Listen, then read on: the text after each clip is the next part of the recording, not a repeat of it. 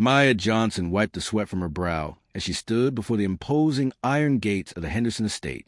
The mansion beyond looked like something out of fairy tale, all gleaming white columns, manicured gardens, and windows that sparkled like diamonds in the afternoon sun. At 28, Maya had cleaned plenty of houses in her 5 years working for elite cleaning services, but nothing quite like this. The daughter of a single mother who worked 3 jobs just to keep food on the table, Maya knew what it meant to struggle. Every dollar she earned went toward rent for their tiny apartment, her mother's medical bills, and saving whatever she could for the nursing program she dreamed of starting someday. Dreams felt expensive when you were living paycheck to paycheck. As she gathered her cleaning supplies from her beat-up Honda Civic, Maya couldn't help but wonder what it would be like to live in such luxury. She'd grown up in foster care after her mother became too ill to care for her, bouncing from home to home, never quite finding her place in the world. Now, at 28, she was finally back with her mother, determined to give her the care she deserved. Little did Maya know that stepping through those gates would lead to a discovery that would shatter everything she thought she knew about her childhood, her identity, and the very foundations of her life. Sometimes, the universe has a way of bringing us exactly where we need to be, even when we have no idea we're lost. Maya's alarm clock had been broken for 3 months, but her internal clock never failed her. 4:30 a.m. every morning, like clockwork. She'd learned early in life that punctuality was one of the few things that could set her apart when you didn't have much else going for you. The morning routine was always the same. Check on her mother, Dorothy, who slept fitfully in the bedroom they shared in their cramped one-bedroom apartment in East Oakland. Dorothy's diabetes had worsened over the past year, and the medical bills were piling up faster than Maya could pay them. Insurance covered some things, but never enough, and never the things that mattered most. "Morning, Mama," Maya whispered, adjusting the thin blanket around her mother's shoulders. Dorothy stirred slightly, her breathing labored but steady. The doctor said she needed better care, maybe even a facility, but Maya refused to even consider it. They'd been separated for too many years already. Maya had been only 8 when Child Protective Services took her away. She remembered that day with crystal clarity. Her mother crying, reaching out to the car window as strangers drove Maya to her first foster home. "I'll come back for you, baby," Dorothy had promised. "I'll get better and come back for you." It had taken 20 years, but Dorothy had kept that promise. Clean for 5 years now, working as a cashier at the local grocery store, when her health permitted, trying to make up for lost time. Maya had found her through a private investigator she'd hired with money saved from working double shifts at the diner, where she'd waitressed through community college. Their reunion had been everything Maya had dreamed of and nothing like she'd imagined. There was so much love, but also so much pain. 20 years of missed birthdays, graduations, heartbreaks, and triumphs that they could never get back. They were starting over, 2 women trying to rebuild a mother-daughter relationship from scratch. The elite cleaning services van picked Maya up at 6 a.m. sharp. She'd been working for the company for 5 years now, ever since she graduated with her associate's degree in general studies. It wasn't glamorous work, but it paid better than waitressing, and the flexible schedule allowed her to take care of her mother. "Big house today, Maya," said Janet, her supervisor, as they drove through the winding hills of Piedmont, the Henderson place. They're some of the wealthiest people in the Bay Area. Made their fortune in tech, but they're old money too. Been in California since the gold rush. Maya nodded, only half listening as she watched the neighborhoods change from working-class apartments to sprawling mansions. She cleaned for wealthy families before, and they were all pretty much the same, polite but distant, treating her like part of furniture. They lived in a different world, one where money solved problems instead of creating them. "Mrs. Henderson specifically requested you," Janet continued. "Said she heard you were reliable and thorough. This could be a regular gig. Maya, these people pay well, and they tip even better if they like you." The Henderson estate sat on 5 acres of perfectly manicured grounds. The main house was a colonial revival masterpiece, built in the 1920s and recently renovated with every modern luxury while maintaining its historic charm. Maya counted at least 20 rooms from the outside, not including what she assumed was a guest house near the pool. Margaret Henderson met Maya at the service entrance, a woman in her early 70s with silver hair pulled back in elegant chignon and kind blue eyes that seemed to hold secrets. She was smaller than Maya had expected, barely 5 feet tall, but she carried herself with a confidence that came from a lifetime of privilege. "You must be Maya," Mrs. Henderson said, her voice warm but refined. "Janet speaks very highly of you. I hope you'll find our home comfortable to work in. My husband and I travel frequently, so we need someone we can trust completely." There was something in the way Mrs. Henderson looked at her Maya noticed, not the usual polite indifference of wealthy employers, but something more personal, more searching. It made Maya slightly uncomfortable, though she couldn't put her finger on why. "Thank you, ma'am. I appreciate the opportunity," Maya replied, maintaining professional demeanor she perfected over years of service work. As Mrs. Henderson led her through the house, explaining the cleaning routine and pointing out valuable antiques that required special care, Maya couldn't shake the feeling that something was different about this job. There was an electricity in the air, a sense that this pristine house held secrets waiting to be discovered. She had no idea how right she was. The Henderson house was a museum of wealth and taste. Every room seemed to tell a story of privilege passed down through generations, oil paintings in gilded frames, Persian rugs that probably cost more than Maya made in a year, and furniture that belonged in magazines rather than real homes where people actually lived. Maya worked methodically, the way she always did. Dust first, then vacuum, then mop. She'd learned that wealthy people notice details, that others miss a streak on a mirror, dust on a lampshade, fingerprints on glass surfaces. Perfection wasn't just expected, it was assumed. The morning passed quietly. Mrs. Henderson had left for what she called charity committee meetings, leaving Maya alone in the vast house. She'd grown accustomed to the solitude that came with cleaning empty homes. It gave her time to think, to plan, to dream about the future she was working so hard to build. It was while cleaning the study on the second floor that Maya's world tilted off its axis. The room was clearly Mr. Henderson's domain, dark with paneling, leather-bound books, and a lingering scent of expensive cigars. A massive mahogany desk dominated the center, flanked by floor-to-ceiling bookshelves and comfortable reading chairs. But it was the side table near the window that caught Maya's attention. Among the usual collection of family photographs, wedding pictures, graduation ceremonies, holiday gatherings was a small silver frame that made Maya's heart stop. The photograph inside was a little girl, maybe 7 or 8 years old, with dark skin, bright eyes, and 2 pigtails tied with yellow ribbons. She was sitting on a swing in what looked like a park, laughing at something off-camera, her gap-toothed smile radiant with pure childhood joy. Maya knew that photograph. She knew it because she had been desperately searching for a copy of it for 20 years. It was her. Her mother had taken that picture at Highland Park during one of their rare good days, back when Dorothy was between rehab stints and trying to hold her small family together. Maya remembered that day. Clearly they'd spent the afternoon at the park, sharing a bag of chips and playing on the swings until the sun went down. It was one of her last clear memories of happiness before everything fell apart. But how could this photograph be here, in the home of strangers, displayed like a cherished family memory? Maya's hand shook as she picked up the frame, studying every detail. There was no mistake the yellow ribbons, the gap between her front teeth, even the small scar on her chin from when she'd fallen off her bike the week before. This was definitely her. The sound of footsteps in the hallway made Maya jump. She quickly set the frame back down, but her mind was racing. Mrs. Henderson's voice drifted up from downstairs, talking to someone on the phone about dinner reservations. Maya tried to return to her cleaning, but her eyes kept drifting back to the photograph.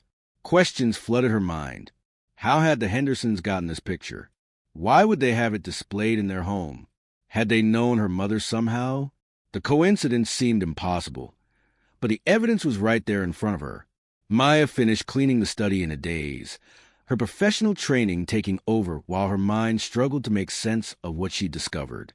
She dusted around the photograph carefully, as if it might disappear as she disturbed it. By the time Mrs. Henderson returned that afternoon, Maya had worked herself into a state of nervous energy. She'd replayed every possible scenario in her head, but none of them made sense. Wealthy white families in Piedmont didn't typically have childhood photographs of black girls from East Oakland in their studies. unless there was something Maya didn't know about her own story. Maya waited until Mrs. Henderson was alone in the kitchen, organizing what looked like fresh flowers from the garden. Her heart pounded as she approached, every nerve in her body screaming that she was about to cross a line between employee and employer that could cost her this job. Mrs. Henderson? Maya's voice came out smaller than she intended. Could I ask you something? The older woman looked up from her flowers, and Maya saw something flicker across her face, surprise, perhaps, or maybe recognition. Of course, dear.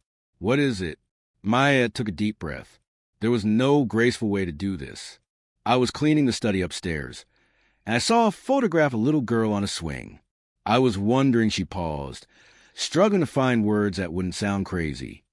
The thing is, that photograph looks exactly like me when I was a child. The silver-haired woman went very still. The roses in her hands trembled slightly, and for a long moment, the only sound in the kitchen was the ticking of an antique clock on the wall. What did you say your last name was, dear? Mrs. Henderson's voice was barely above a whisper. Johnson. Maya Johnson. Mrs. Henderson sank into one of the kitchen chairs, as if her legs would no longer support her. She set the roses down with shaking hands and looked at Maya with an expression that was part wonder, part disbelief, and part something that looked like hope. Your mother, she said slowly. What was her name? Dorothy. Dorothy Johnson. But that wasn't always her name. Maya felt like she was standing on the edge of a cliff. She changed it when I was little. Before that, it was Dorothy Williams. The gasp that escaped Mrs. Henderson's lips was audible throughout the kitchen. Tears began streaming down her cheeks, and she pressed a hand to her heart as if trying to keep it from beating out of her chest. Sit down, sweetheart, Mrs. Henderson whispered. Please, sit down. I have something to tell you that's going to change everything. Maya sat across from the woman who had been a stranger just hours ago, watching as Mrs. Henderson struggled to compose herself. When she finally spoke, her voice was thick with emotion. 30 years ago, my husband and I were living in San Francisco. We'd been trying to have children for years, spending fortunes on treatments, suffering through miscarriage after miscarriage. We were told we'd never have biological children of our own. Maya listened, not understanding yet where this was leading, but sensing that her life was about to take a turn she couldn't have imagined. We decided to explore adoption, Mrs. Henderson continued. We wanted to help a child who needed a home, to build the family we'd always dreamed of. Our social worker told us about a young woman barely 18, struggling with addiction, pregnant, and scared. She wanted to place her baby with a family who could provide opportunities she couldn't. The room seemed to spin around Maya. She gripped the edge of the table, her knuckles white with tension. The young woman's name was Dorothy Williams. She was beautiful, so young and so frightened. But she was also brave, braver than I think she knew. She wanted what was best for her baby, even though it was breaking her heart. No, Maya whispered. No, that's not my mother, never. We met several times during her pregnancy. Mrs. Henderson pressed on gently. She was living in a halfway house, trying to get clean. She told us stories about her childhood, her dreams for her baby's future. We fell in love with her, and with the idea of raising her child as our own. Maya felt like she couldn't breathe. You're saying that We were at the hospital when you were born. Dorothy held you for 3 days, and we visited every day. She would sing to you, tell you stories, make you laugh with silly faces. She took that photograph on the last day, just before... Mrs. Henderson's voice broke, just before she changed her mind. The kitchen fell silent, except for the sound of Maya's ragged breathing. Everything she thought she knew about her life, her mother, her past, was crumbling around her. She decided to keep you, Mrs. Henderson whispered. On the day we were supposed to take you home, Dorothy looked at us and said she couldn't do it. She said she'd find a way to be the mother you deserved. We were heartbroken, but we understood. A mother's love, there's nothing stronger in this world. Maya's vision blurred with tears. But then why do you have my picture? Because Dorothy gave it to us as a gift. She said she wanted us to remember that love comes in many forms, and that sometimes the greatest act of love is letting go, and sometimes it's holding on. She wanted us to remember her courage, and to remember you. Mrs. Henderson reached across the table and took Maya's hands in hers. We never had children, Maya. We tried adoption again, but it never worked out. That photograph has sat in James's study for 28 years, reminding us of the daughter we almost had, and the brave young woman who chose love over fear. I don't understand, Maya sobbed. If you knew who I was, why didn't you say something when I arrived? I wasn't sure, Mrs. Henderson admitted. When Janet mentioned your name, something stirred in my memory. Johnson, not Williams. But when I saw you standing at my door, the eyes, the smile, the way you carry yourself, you look so much like Dorothy did at that age. I hoped, but I didn't dare believe. Maya felt like she was drowning in revelation. Does she know? Does my mother know you live here? Mrs. Henderson shook her head sadly. We lost touch years ago. I tried to find her once, when you would have been about 16. I want to know how you both were doing, if there was anything we could do to help. But Dorothy Williams had disappeared, and Maya Williams with her. She got clean, Maya said through her tears. She got clean and changed our names and spent 20 years trying to find me again. I was in foster care. She lost me when I was 8. The pain that crossed Mrs. Henderson's face was immediate and profound. Oh, sweetheart. Oh, my dear girl. If we had known. They sat in silence.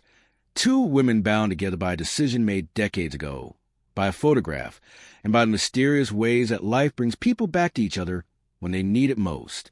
I need to see her, Mrs. Henderson said suddenly, standing up with surprising energy. I need to see Dorothy. Is she well? Maya wiped her eyes with the back of her hand, still trying to process everything she'd learned. She's sick. Diabetes. Complications from the years when she wasn't clean. But she's fighting. She's been clean for 5 years now. Where is she? At home. Our apartment in East Oakland. We don't have much, Mrs. Henderson. She works when she can, but the medical bills. Maya's voice trailed off, embarrassed by their circumstances. Mrs. Henderson was already moving toward the phone. James is in Sacramento today, but he'll want to know immediately. This is the most incredible thing that's ever happened to us, Maya. Do you understand? For 28 years, we've wondered about you, prayed for you, hoped you were happy and healthy and loved. I was in foster care for 12 years, Maya said quietly. Some homes were good, some weren't. I aged out of the system at 18 and worked my way through community college. I found her 3 years ago through a private investigator. The older woman stopped dialing and turned back to Maya, her eyes filled with a pain so deep it took Maya's breath away. If we had known, Mrs. Henderson whispered, if we had known you needed help, needed a family, we would have moved heaven and earth to find you. But you didn't know, Maya said, surprised by her own calm. And maybe that's how it was supposed to be. Maybe I needed to go through all of that to become who I am now. Mrs. Henderson hung up the phone without making the call and returned to sit across from Maya. Tell me about her. Tell me about Dorothy now. Maya smiled through her tears. She's incredible. Stubborn as hell. Funny. Smart. She reads everything: books, newspapers, magazines she finds at the laundromat. She's always trying to learn new things, make up for lost time. She cooks these amazing meals out of nothing, makes our tiny apartment feel like home. And she raised a daughter who's obviously strong, kind, and hardworking, Mrs. Henderson observed. Even though you were apart for all those years, she gave you something that carried you through.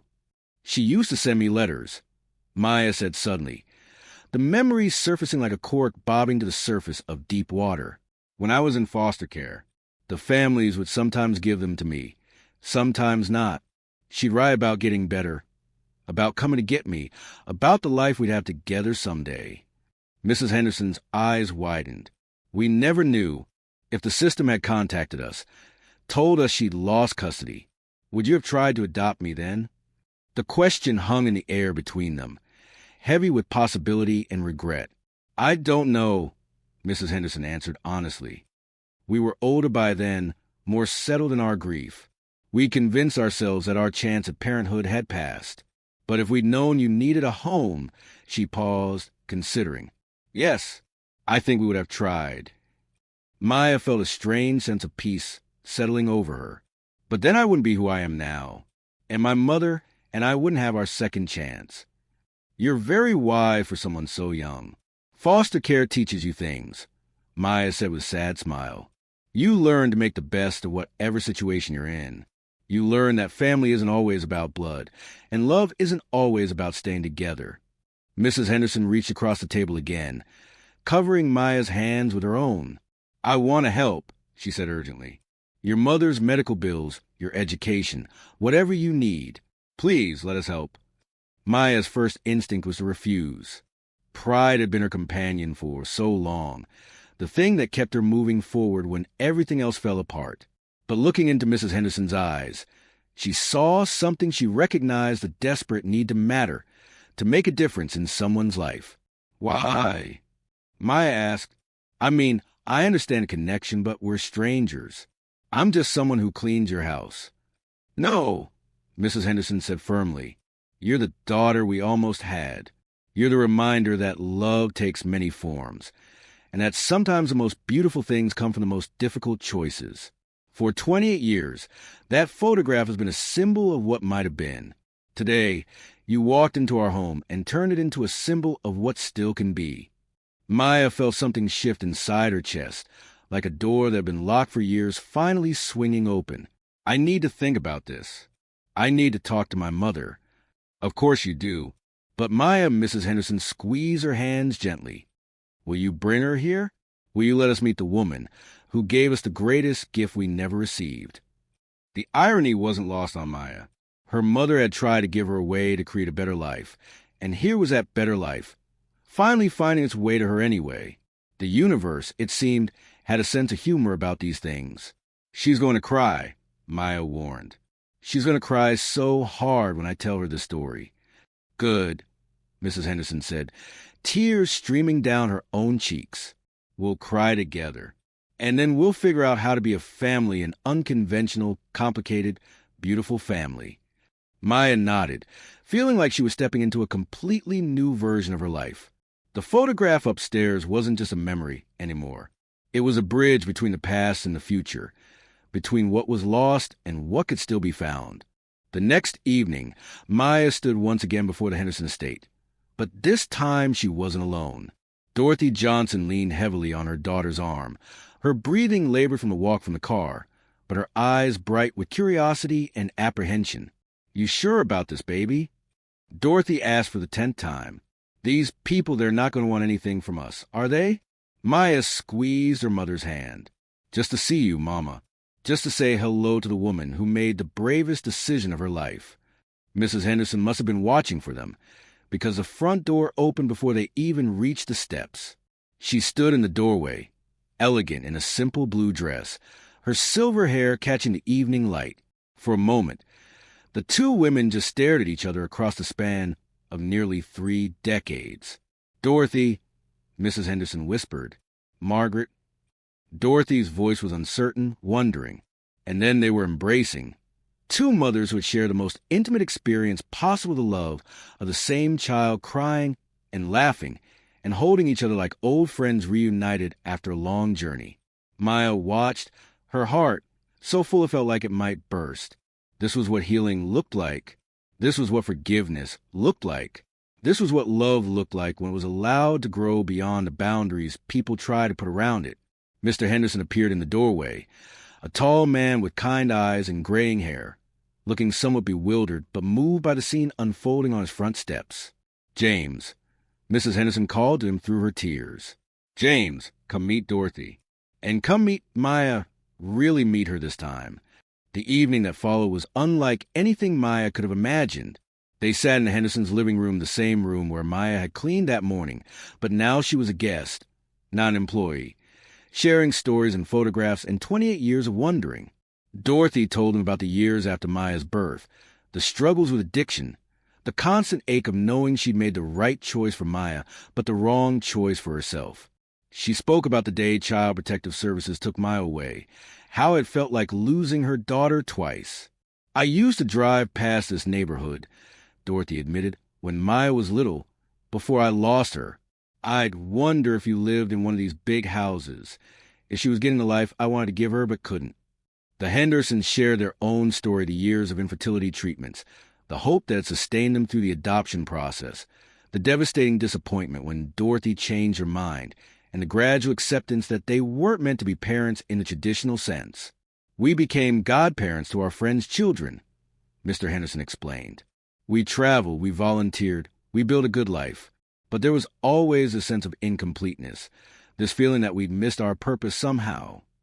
And all this time," Mrs. Henderson added, looking at Maya with wonder, "you were out there, growing up, becoming this incredible young woman, working multiple jobs to take care of your mother, putting yourself through school, never giving up."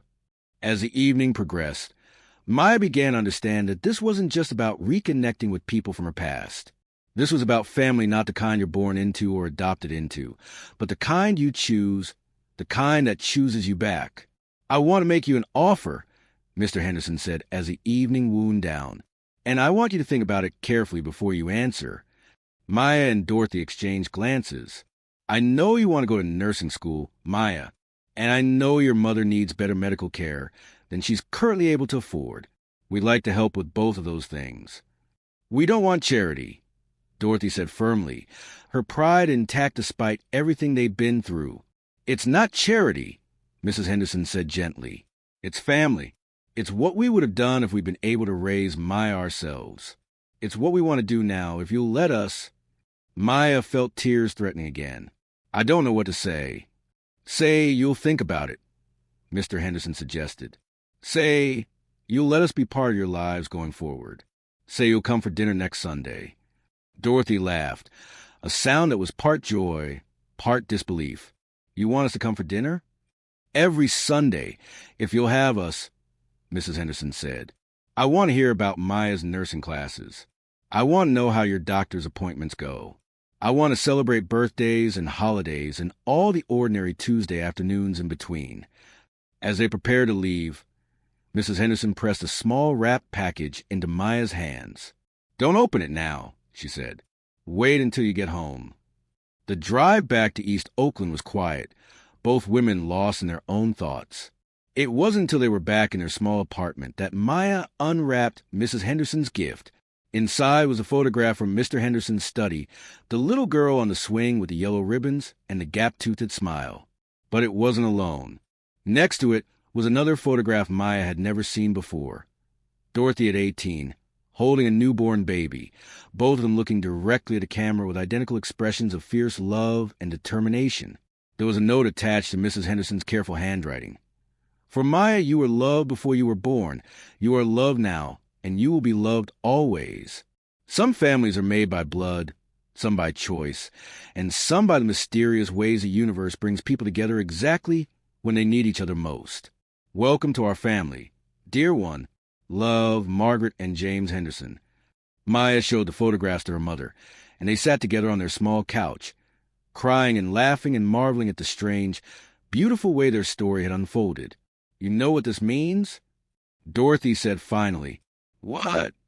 "You're going to be a nurse, baby. You're going to help people the way they're helping us. And someday, when you're successful and happy and living the life you deserve, you'll find someone else who needs help, and you'll pay it forward." Maya nodded, understanding that this was bigger than just her story. This was about the way love multiplies when it's shared, the way generosity creates more generosity, the way broken things can be made whole again when people are brave enough to reach across the spaces that separate them. 6 months later, Maya started nursing school. Dorothy's health improved with better medical care and less financial stress. The Hendersons became the grandparents Maya's future children would never have to wonder about, and Maya became the daughter they'd been meant to have all along, just not in the way anyone had expected. And sometimes, on quiet Sunday afternoons in the Hendersons' garden, Maya would catch her mother and Mrs. Henderson looking at each other with expressions of wonder, as if they still couldn't quite believe how beautifully their story had turned out. What an incredible journey we've just witnessed together. Maya's story reminds us that life is a way of bringing us exactly where we need to be, even when the path seems impossible to understand. Sometimes our greatest challenges become our greatest blessings, and sometimes the people we're meant to meet are waiting just around the corner we never expected to turn. Think about Maya's courage in asking that difficult question about the photograph. She could have stayed silent, finished her cleaning job, and gone home without ever knowing the truth. But something inside her knew that photograph meant something important, and she was brave enough to risk everything to find out what. And think about Dorothy's impossible choice 28 years ago. A young mother who loved her daughter so much she was willing to give her away, and then loved her so much she couldn't. There's no right or wrong in that story, only love expressed in different ways. The Hendersons teach us something beautiful about what family really means. They could have seen Maya as a painful reminder of what they'd lost, but instead they chose to see her as an unexpected gift. They opened their hearts and their home to create something new and beautiful from an old hurt. This story shows us that it's never too late for healing, never too late for second chances, and never too late for love to find a way. Maya found the parents she never knew she needed. Dorothy found peace with decision that had haunted her for decades. And the Hendersons found a family they'd always been meant to have. Sometimes we're so focused on the story we think we're living that we miss the story we're actually in. Maya thought she was just a cleaning lady working to support her sick mother. She had no idea she was the long-lost daughter in someone else's love story. What photograph might be waiting in an unexpected place in your life? What conversation might you need to be brave enough to start? What door might open if you're willing to walk through it, even when you're scared? Life is full of incredible stories waiting to unfold, sometimes with a main character, sometimes with supporting cast, and sometimes with a bridge that helps someone else find their way home.